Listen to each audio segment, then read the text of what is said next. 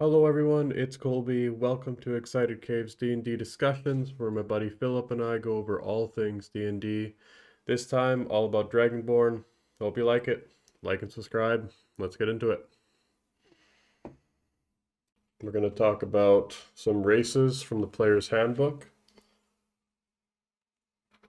Starting off with the Dragonborn. Is alphabetical. Yes, an alphabetical makes sense. The I like Dragon, Dragonborn. yeah, there's quite a bit to them too. A lot I of wish I variety. wish they had tails. What do you, did they not have tails? Dragonborn don't have tails. Oh, well, I learned something today. I always pictured them with tails. Yeah, no, that's lizard folk. Dragonborn don't. Mhm. It's weird, huh? Yeah, so we'll go over the player's handbook version first, um, starting off with their ability scores with, you know, just increase by 2 of strength and a charisma score increase by 1. And Which go which is ahead. great. Yeah, Strength and charisma are both really good stats. Dragonborn make the perfect paladins because yes, paladins use strength and charisma is their spellcasting. yeah, It makes the perfect paladins for that. Also, it's just really cool to have a dragon warrior fighting for God. yeah, absolutely. I mean, And then it's it also goes good with other classes that do that as well, like fighter, barbarian, uh, bard, sorcerers, warlocks. yeah, it brings that like fantasy of being a dragon. Well, you're not a dragon, but you're pretty cool looking. Yeah, Yeah. you're a And dragon person. and just to preface this for the people that are watching, we won't be going over like the Dragonborn names or any of the lore that's behind the races. Philip and I homebrew a lot of our stuff, and I honestly only look at the traits. So I encourage you to look at another video for that. We're going to be talking about the stats and how to play them. The weight is actually something that's come up lately. After I have you guys fighting on the last game we played, I had you guys fighting on a frozen lake. They weigh quite a bit. They're thick boys. Yeah, they're six They feet average tall. around 250. That's not bad.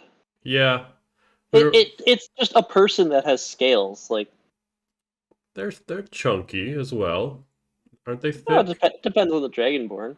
I guess the scales probably But have a lot of the they're weight. a bit taller. It's just a large person basically that's Yeah. scaling. They also age faster, so they reach adulthood by around 15 and only live to be 80. Oh. So when you make one of these, like if you want to make a young adult, it's more like 18, 20 instead of a lot of people play like 25-year-old because then you're an adult but you're established, that Yeah, kind of thing. makes sense. They need a conversion chart for all the races compared to like our Could make ages. one. Yeah, Yeah, just on Excel. that's true. It has a base walking speed of 30 feet, which is pretty standard for all the Yeah, races. it's average. Yeah, It's weird if you don't have that. yeah. And now one of my favorite things about The big money. the Draconic Ancestry.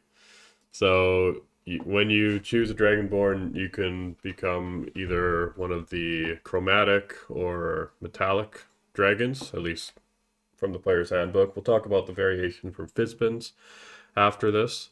And though that choice, other than affecting your looks, it will also affect your breath weapon, which, as an action, your Draconic Ancestry.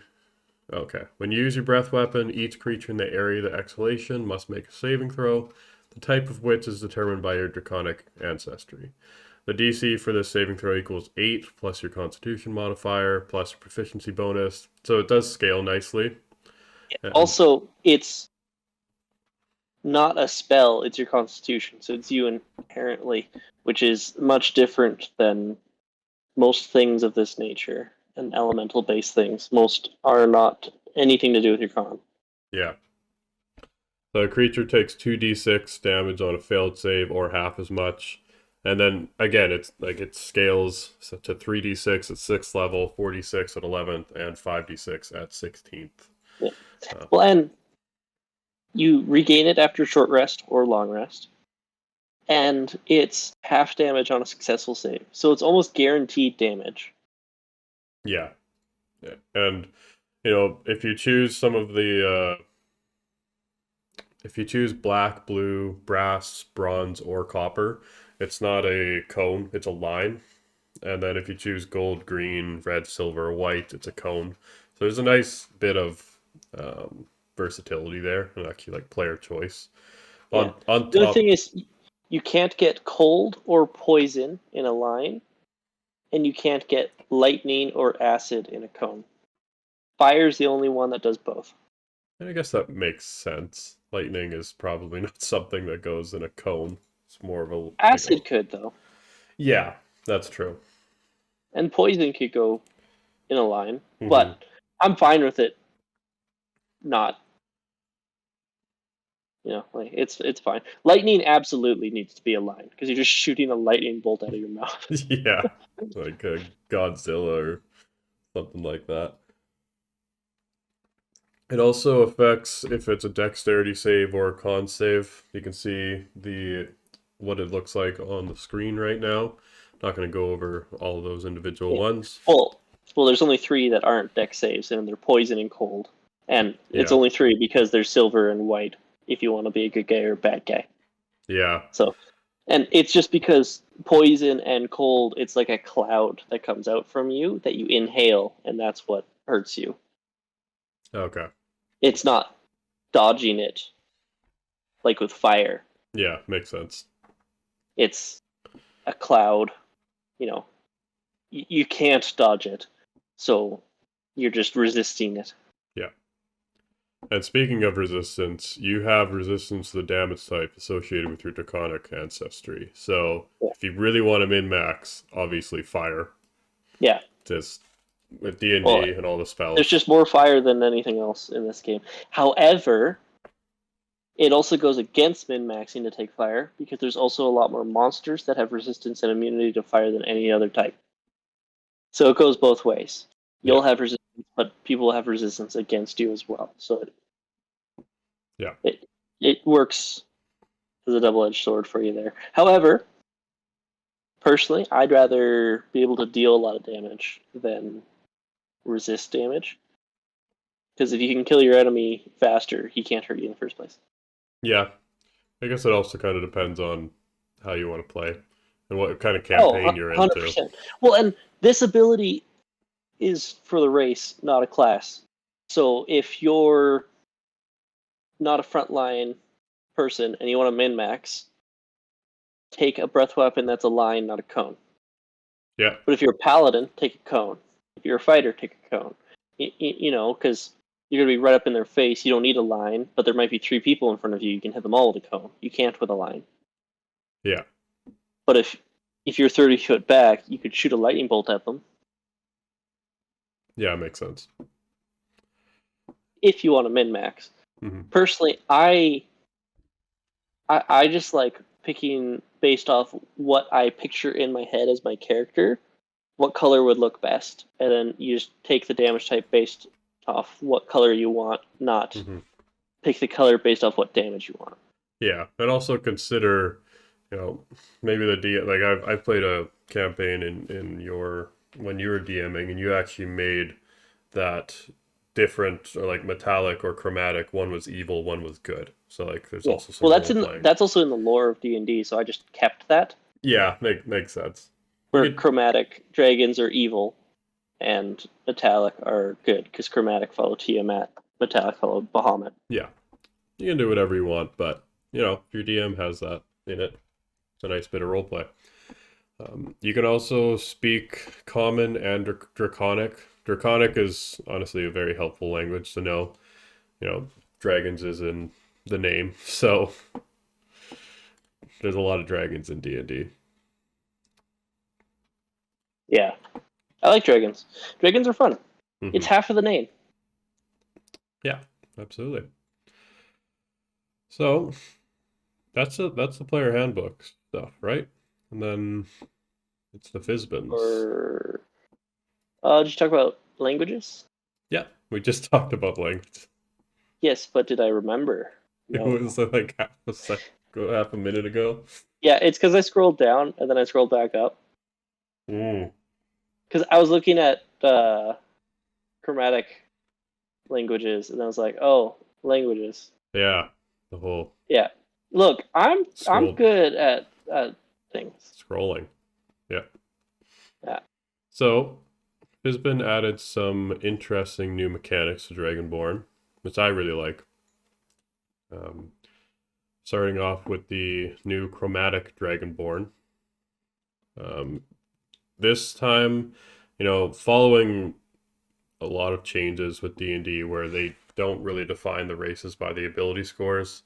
Um, this with these new Dragonborn, you can choose to increase one of any of the scores by 2 and increase a different score by 1, or increase 3 different scores by 1. Which, I mean, that choice for D&D we can get into another time. But again, it adds a lot of versatility. You can really make a Dragonborn into what you want. Um, Yeah, it's interesting. mhm. Personally, I prefer the ability score improvements being tied to the class and not choosing what they are, because that takes out a whole aspect of the not class, the race, because that takes out a whole aspect of the different races. Yeah, I Because if think. you could just pick, like, it goes both ways. Because it makes it so that you could pick the race you want, and then you get the ability scores where you want them. But I also like that a Dragonborn is really hardy, so they're just naturally Yeah. bulkier, stronger. So even if you're a wizard, you'll be a stronger wizard. Hmm. I like that rather than being a wimpy Dragonborn. Yeah, I'd say I was gonna be like I was gonna take one of the sides, but if I'm really being honest, I like it when it aligns with my character idea. I like it whenever which one aligns with my character idea. Sometimes I want to play something and I don't want to use the ability scores because I just want to do like a specific thing. But anyways, that's honestly a whole discussion about like the progression and that implementation because Tasha Cauldron and everything allows you to just override everything anyway. So, Yeah, I but never use it. yeah, but the new chromatic dragons, um, again, they have black, blue, green, red, and white, and it corresponds to a damage type. You have your breath weapon as well. The breath weapon is now stronger, though. It's still 8 plus your constitution modifier plus your proficiency bonus. It is a line, and it's now 1d10 to begin with, 2d10. Oh, is that stronger? We'll have to uh, do the math on that. what do you mean? Is it stronger? 1d10 instead of 2d6? Yeah, no, 2d6 is better. 2d6 is always better. Okay, Two lower dice is almost always better than one higher right. because it maxes out higher and it minimums higher. Yeah. So I guess they made it weaker. I Yeah, didn't realize that. You are allowed to use your breath weapon a number of times equal to your proficiency bonus, though. I think that's a difference. You can use it more often. Yes, yeah. It that's used to be correct. just once per short or long rest. Yeah, which I think is nice because the amount of use scales, and it's not a low amount of damage. It's just a little bit. It's It's a little bit less. it's just a good little. I'm gonna do this, or like situationally can be useful. Like if you're fighting a troll and you're a red dragonborn, because trolls are weaker to fire, because it stops their regeneration. Yeah. So you also get resistance to damage type associated with your chromatic ancestry, and starting at 5th level, which is a nice extra addition to Dragonbloods, as an action, You can channel your draconic energy to protect yourself. For 1 minute, you become immune to the damage type associated with your chromatic ancestry. 1 minute is a long time during a fight. It is. It definitely is. You can do this once until you finish a long rest. So I think at level 5 is pretty great. That's pretty strong. I mean, it's specific use case. Yeah, you can't change the type too. Well, and it just depends on what kind of DM you have. Why? Because if your DM knows about this ability and is like, well, I don't want him to be immune to my monsters, then he won't throw anything with that element against you. That's true. Conversely, it could go the other way, where it's like, I want my players to use all their abilities, so I'm going to throw a lot of stuff that have that element. Yeah. However, in doing that, it makes those monsters are probably also resistant against your breath. So it's all about how your DM decides to play it. Yeah, absolutely. Personally, I would want at least every once in a while for something like this to be useful as a DM. Because I try to make moments where the players can use all their abilities. Yeah, it makes them feel good. It's difficult. It's hard to remember, but yeah. And just because you set up a situation for them to doesn't mean they will. Mm-hmm. So there's another addition to Dragonblood and Fizbins, which actually adds an ancestry that didn't exist before, the gem dragons. I was really excited about this because a gem dragon sounds like it looks so cool. Just like scaly gems or gemmy scales. That's not a word. Gemmy. What should I get here? So just I don't know what the word would be, but it's really fun hearing you try. I mean, I'm sure it's somehow correct. I don't know. Maybe. But anyways, same thing with the chromatic. You get that ability score increase. You get your languages. You can write comment in another language you chose, which I now realize we didn't go over. The walking speed's 30 feet, just like any Dragonblood. And you can choose your gem and ancestry, which is either amethyst, crystal, emerald, sapphire, and topaz. And this brings in different damage types too that weren't allowed before, like force, radiant, psychic, thunder, necrotic, which I think is pretty cool. Yeah, I love that Sapphire's thunder because blue is lightning. So I really like that. I personally, I would swap out emerald and topaz with each other. I guess it makes sense Because color-wise. I've always pictured necrotic as being green. That's true. And topazes are yellow, which psychic could be yellow. Why not? Psychic doesn't really have a color. But personally, psychic in my head has always been purple or pink, but that's mostly because of Haunter, Gengar, and Ghastly. Yes. That is true. Wait, they're not even psychic, man. I know, but in the Elite Four, the psychic person, you need them to fight her, and all her room was like pink and stuff. Ah, okay. So it's nice to have those extra damage types that are different than other Dragonborn. You get your breath weapon just like you do with the chromatic. A breath psychic attack sounds terrifying. That's true. Like necrotic too. The other three are pretty, whatever. Yeah. But necrotic and psychic sound scary. Yeah, you get your just draconic breathing death at people. You get your draconic resistance as well, and these new additions as well, which I really like. Psionic Mind.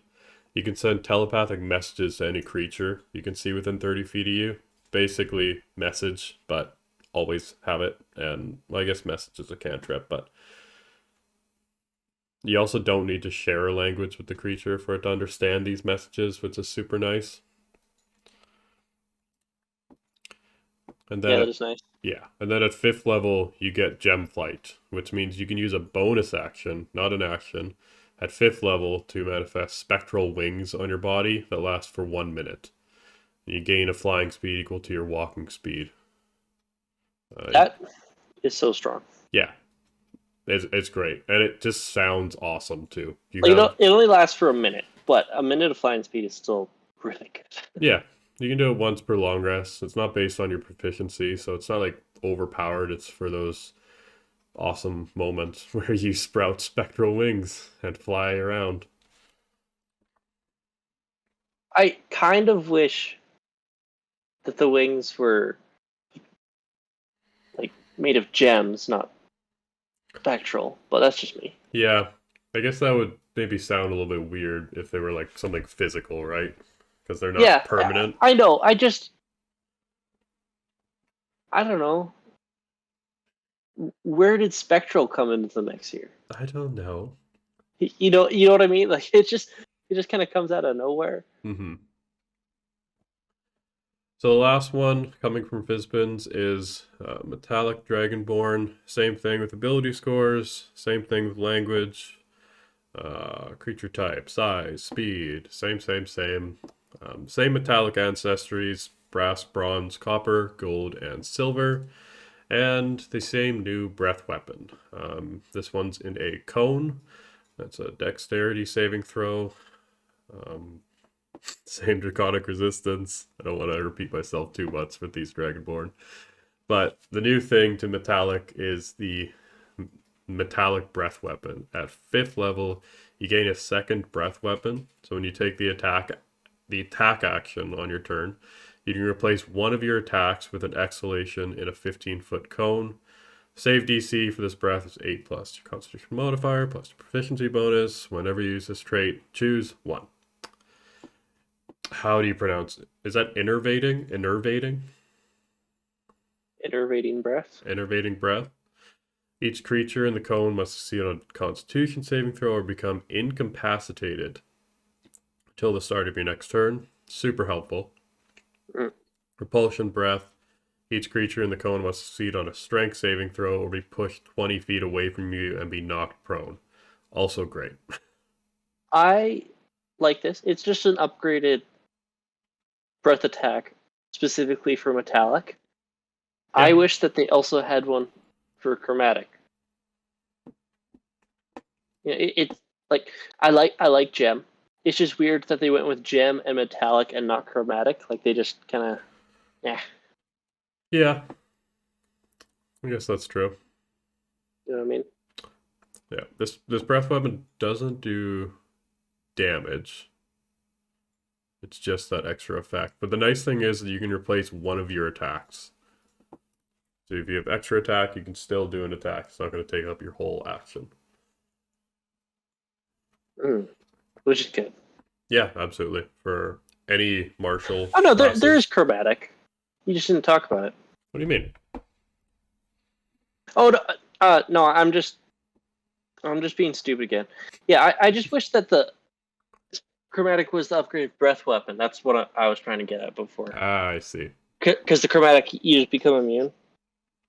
Yeah. Like, I prefer upgrading the breath weapon instead. I was just not good at the talkie thing. Yeah, the thing we're doing. I good at talking good, yes. Yeah. That's the thing we do, and hopefully we'll grow these videos doing. Look. We don't use a script, okay? No, you definitely do not. We just read stuff. Yeah. So there are a few other Dragonborn, Drachenblood, and Ravenite. We won't be going over those because we just want to focus on the player's handbook. And also, they don't do much. Yeah, they're also just not as prominent as like the new Fizbin ones and the original player's handbook in D&D. Well, honestly, Dragonblood we could go over in 2 seconds. It's the same, but you have dark vision and you have advantage on intimidation and persuasion once per short or long rest. That's it. Okay. And Ravenite, you get dark vision, and when you take damage from a creature in range of a weapon you're wielding, you can use your reaction to make an attack with the weapon against that creature. Yeah. Interesting. It's just in range of a weapon you're wielding. Oh. So if someone attacks you and you have a bow, you just shoot them. Yeah. And That's really strong. which one are these in? Dragonblood comes from the Explorer's Guide. Yeah. Explorer's Guide. So. And Ravenite comes from something.